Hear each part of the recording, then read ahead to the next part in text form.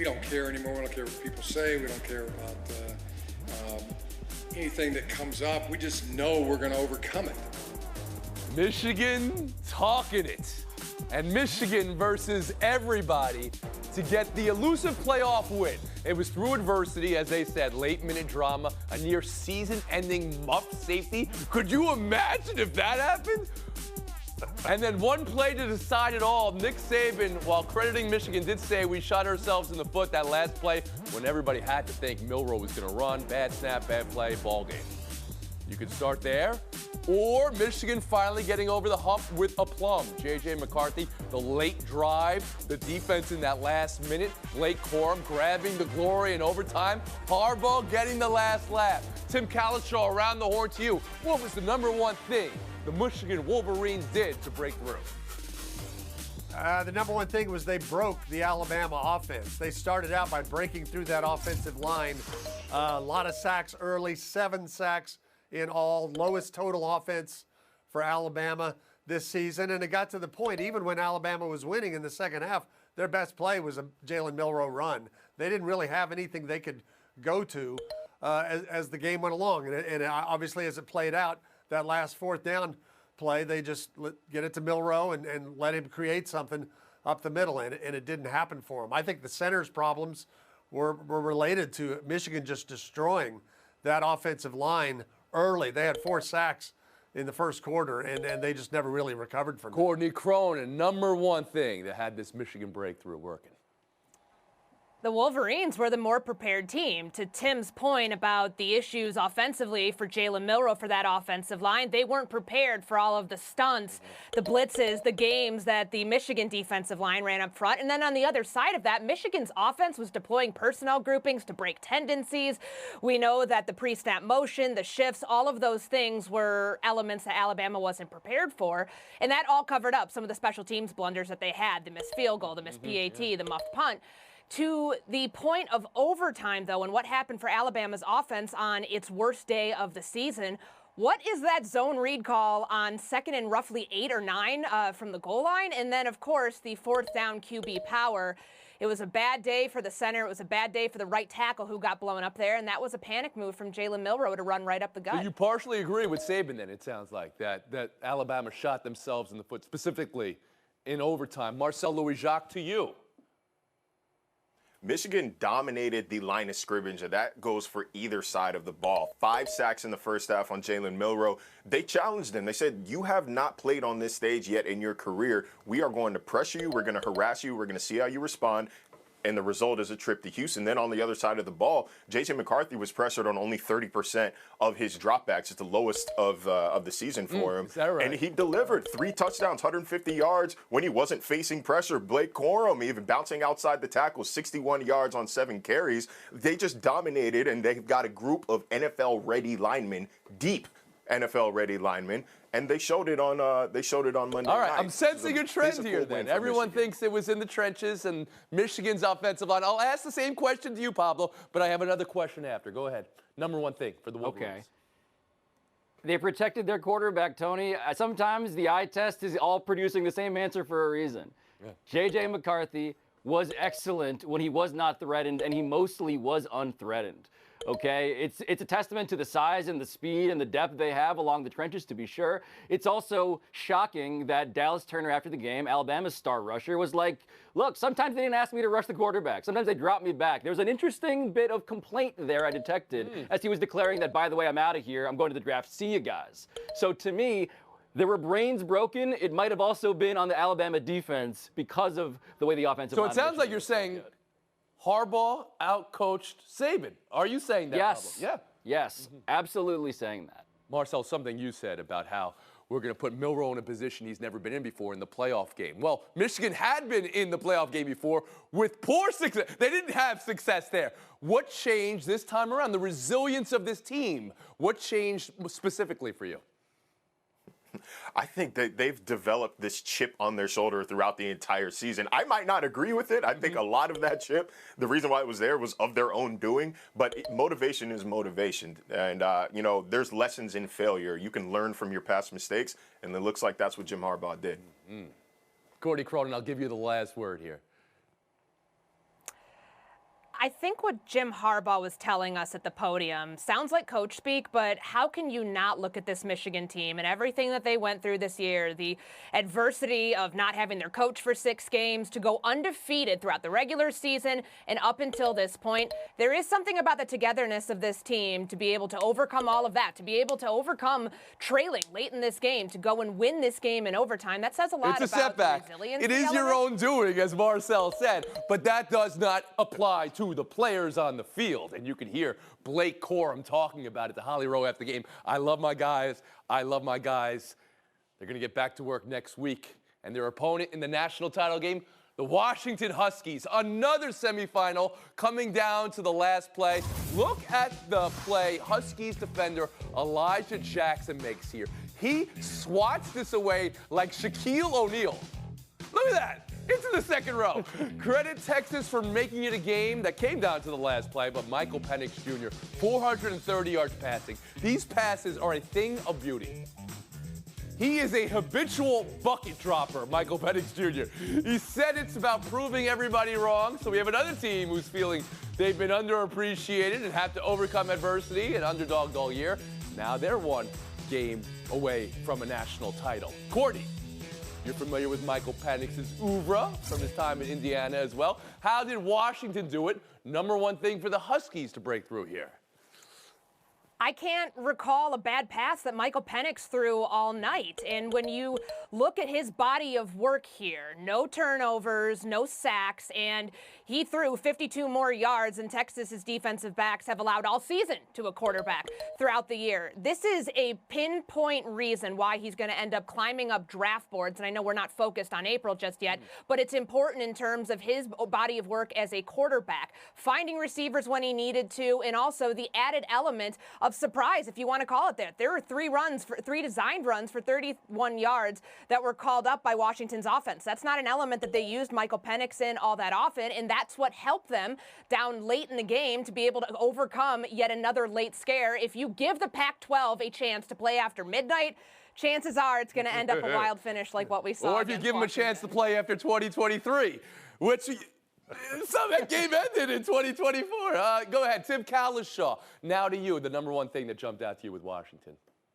Yeah, well, I got to start with Penix, too, because he throws deep and he throws accurately. And a lot of those plays, those big plays early, Texas defenders were in good coverage, and their guys are just making great plays. Meanwhile, I thought Washington's defense, which is a little undersized to play against Texas, they were so creative up front. They got pressure on Quinn Ewers throughout the night. He did not have any stats to speak of until the last 2 minutes of the game, really, when he got him going. But for there to be that disparity between how Penix looked and how the guy who got $1 million not to play his senior year of high school looked, that's a little water under the bridge at this point. Pablo Torre, to you. Yeah, to me, the story is Washington's defense, Tony, because it's almost like Michael Penix Jr., of course. I assumed that he was going to be great. I did not expect the Washington defense to stand up the way they did, as Texas had 4 chances to win the game inside of the 15. Elijah Jackson, that cornerback you just mentioned, he's not some highly touted, draft stock salivating prospect. But he's a guy who, like this defense all year, has basically made plays this is such a cliche that I hate that I'm saying it, but he made the plays when they mattered the most. Oh, here we go. A new phrase in the new year. Yes. Tony, they are undefeated because the defense bends but does not break. That is another terrible my cliche. goodness, Bob. But they came through and they did it. That's how good this defense is. They reduced me to cliche. Marcel Louis-Jacques, please get us back on course here.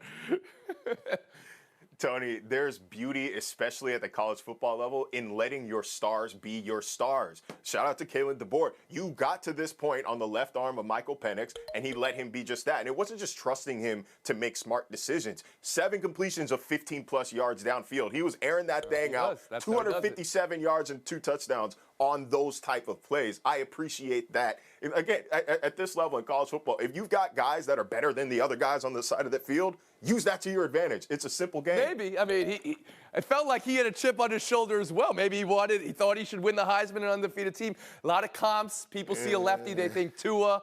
I have heard other people say Michael Vick, at least in how he releases the ball, not how he runs. I see Phillip Rivers because it's not the most conventional throw, but it gets right exactly where it needs to be.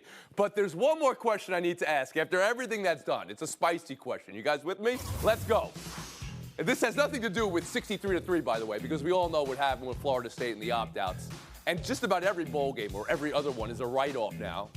Case in point, Ohio State scoring 3 in their bowl game. But Pablo, does the way yesterday's 2 games play out, coming down to the last play, prove that the committee got the playoff right? Tony, you're trying to tempt me to betray the one aphorism, the one cliche that I live by, which is that I trust processes. Okay, but that's now bad for you as well. The committee got this right the day they made the call. I said it on this show. They made the right call. Now, of course, the results conveniently validate that. Yes, I'm glad that the consensus now seems pretty clear to me. But the criteria that they followed was laid out. They justified it, and it made sense to me then, and it makes sense to me even more now that you were on our TV show on Monday, the day after the committee, and you said they got it wrong. Florida State was wrong. They got it wrong. How do you feel today?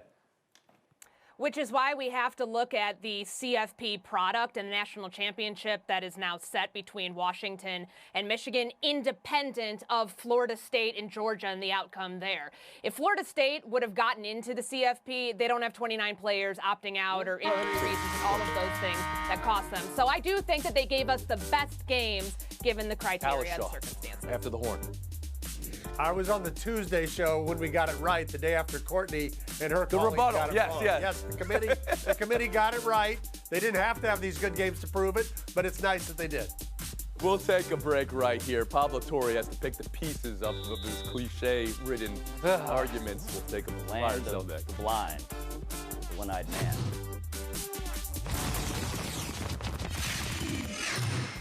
I'm good. I woke up yesterday. I'm ready, man. I've got controlled fury. So we will use this as fuel. I got pure octane right now. I woke up, I'm ready. So we're moving forward.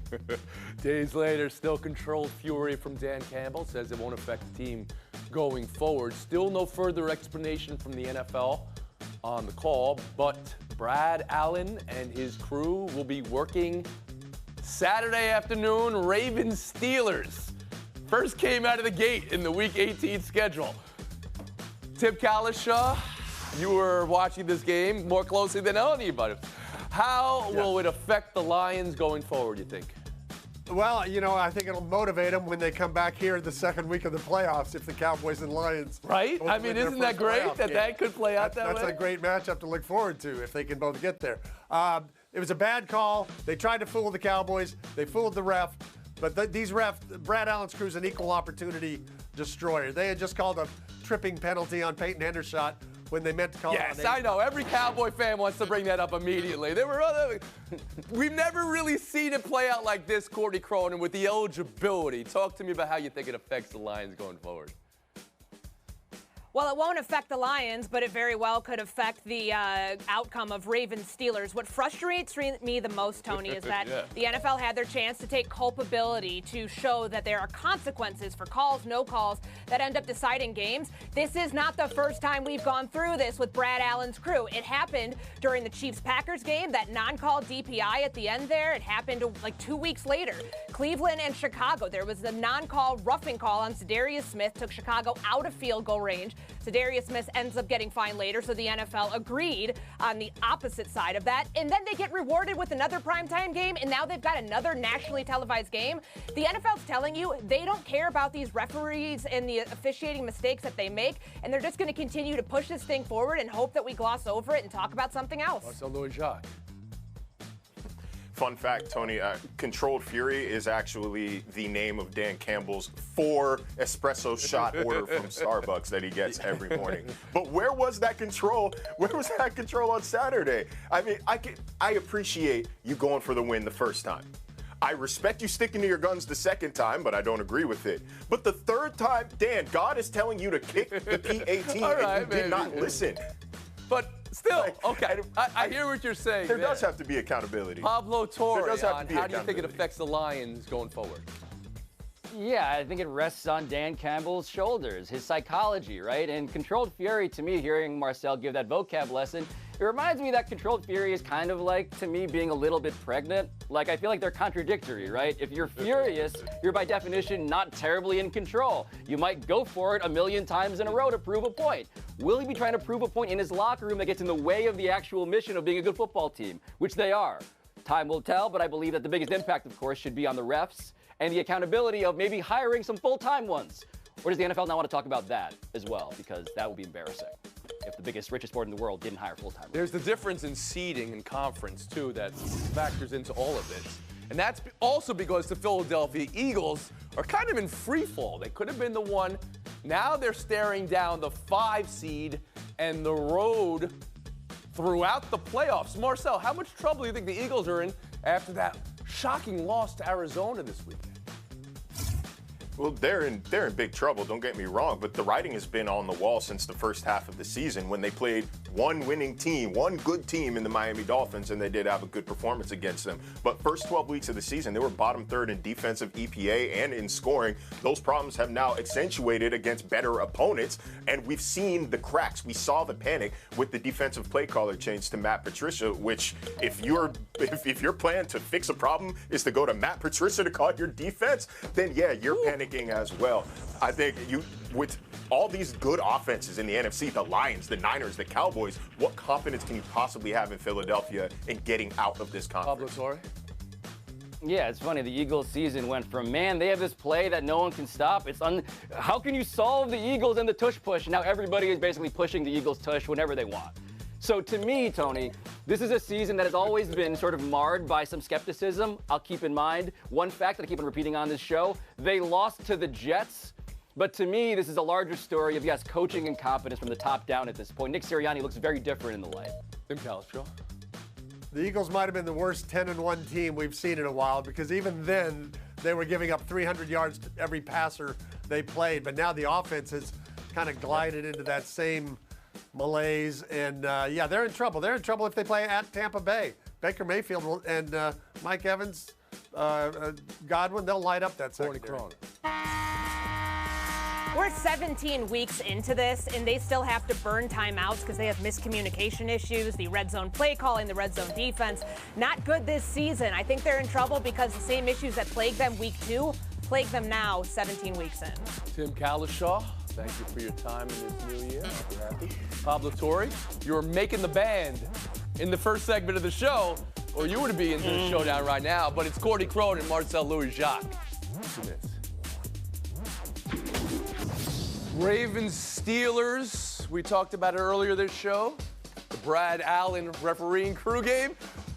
Well, it's the first game in the NFL Week 18. The question whether Baltimore rests everybody, as they could, because they clinched the 1 seed, but also they did that, or at least sat a bunch of their starters a few years ago, and they were rusty and lost their playoff game. So it's a rest versus rust discussion, and also, has Lamar Jackson already sewn up the MVP award, or does he need to do more? Courtney. You prevent against this by playing your starters at half, so you don't have a repeat of what happened in 2019 against the Titans. And I do think that Lamar has already locked up that award. You have a multitude of games to choose from, whether it's Detroit, San Francisco, or the Dolphins. Marcel? Yeah, look, you work and grind all regular season to get that 1 seed and that bye week between the end of the regular season and your first playoff game. Play for a quarter, but the MVP is his. Agreement there. We'll split the point. We'll move on. Showdown 2, red hot. And on that 1-game winning streak, could the Pistons repeat as single-game champions in the NBA? No. 23-point loss to Houston. So, Marcel, after the 28-game losing streak record, and then the 1-game win, and now this loss, tuck me through the Pistons month. We might be in the midst of the most nihilistic season ever because it's over, right? They're 3-30. They're not making the playoffs, but there's still a chance they don't even get the number 1 pick. So winning doesn't matter. Losing doesn't matter. All they need is for their opposing team to trade their best player the night before they play, and anything's possible. Courtney. They didn't need to exercise their demons by burning a Little Caesars pizza at center court, so that's great. This losing streak just ended a little sooner than I thought. I thought it was coming January 10th against the Steelers. If you're going to bring a pizza to me, you better come correct and not where you did. Marcel Louis-Jacques, 30 seconds of FaceTime.